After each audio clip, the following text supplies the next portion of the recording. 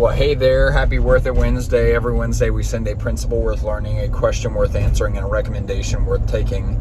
Today's principle is that there's a difference between captain and coach.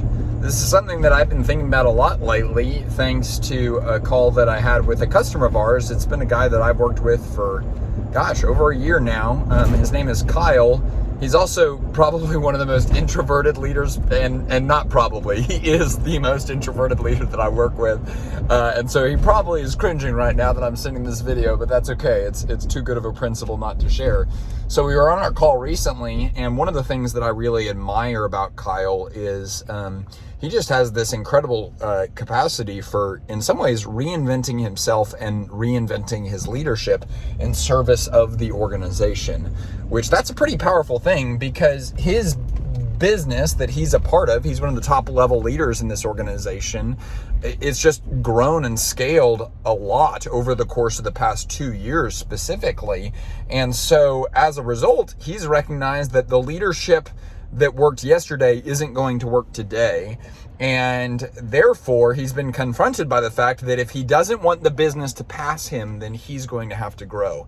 And man, I just respect someone so much that enters into that struggle and that challenge of never-ending reinvention proactively instead of reactively. And that's what he's done.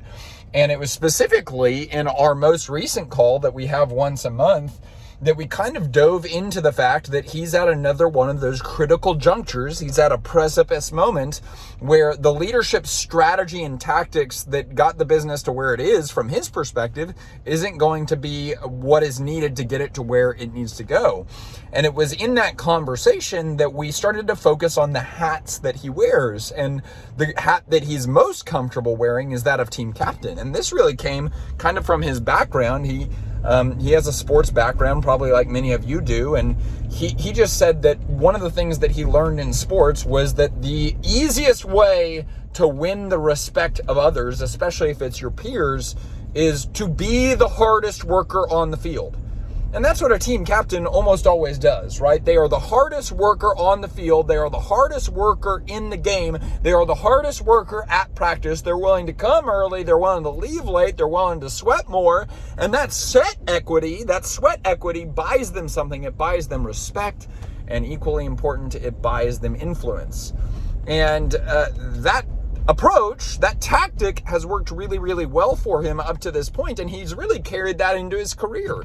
He just said, okay, well, in order to gain the respect that I need to be able to do my job, I'm going to be the hardest worker, and that's how we're going to move this organization forward, and that has served him and served others really, really well.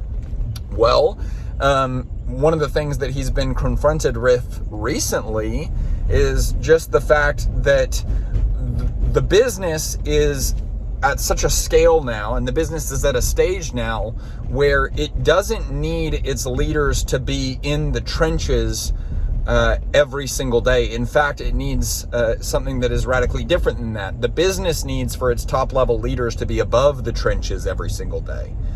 The business needs its top level leaders to be thinking about what's 6, 12, and 18 months in the future.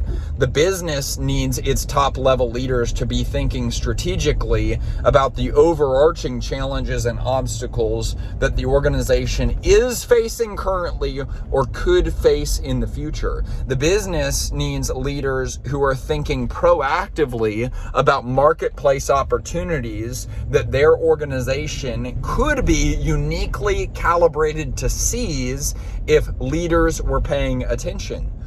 And the greatest threat to all of that being done is if the leader gets too much in the trenches. And so Kyle has been kind of faced with this moment where he's realizing, man, the way that I gained respect and influence before was being in the trenches, but now if I'm in the trenches too much, that will actually impede on my ability to serve the organization and the business the way it needs to be served by its top level leaders. And so if he wants a different result, he's going to have to take a different strategy. And so the conversation became, okay, you were playing the role of team captain, shoulder to shoulder, in the trenches, hardest worker. And now it's time to raise up in some ways to the level of coach. And what does a coach do? Well, I've never seen Nick Saban put on a football helmet and hop into the game to get in a few reps, right? That would look pretty ridiculous. Also, it would probably kill him, right? So he doesn't do that. But man, sometimes a coach puts on cleats at practice. Sometimes a coach is available and willing to do the thing they're asking others to do. They're just not doing it all the time. But more than that, the coach cares about 360 degrees. The coach is caring about what's on the horizon. The coach is caring about the culture of the team. The coach is caring about the morale of the players involved. The coach is caring about the health of the organization just as much as they are the execution of the current play. And so what a powerful moment to recognize that sometimes if you need to get different results, you need to use a different strategy. And if you need to use a different strategy, sometimes you need to put on a different hat. And that's not necessarily all the time, right? You need to be really hyper aware of the season that you're in. But I'll tell you, the last thing that your organization needs is for you as a leader to be walking around wearing the wrong hat because you're insecure about putting on a new one. And you need to remember that there's a difference between team captain and coach.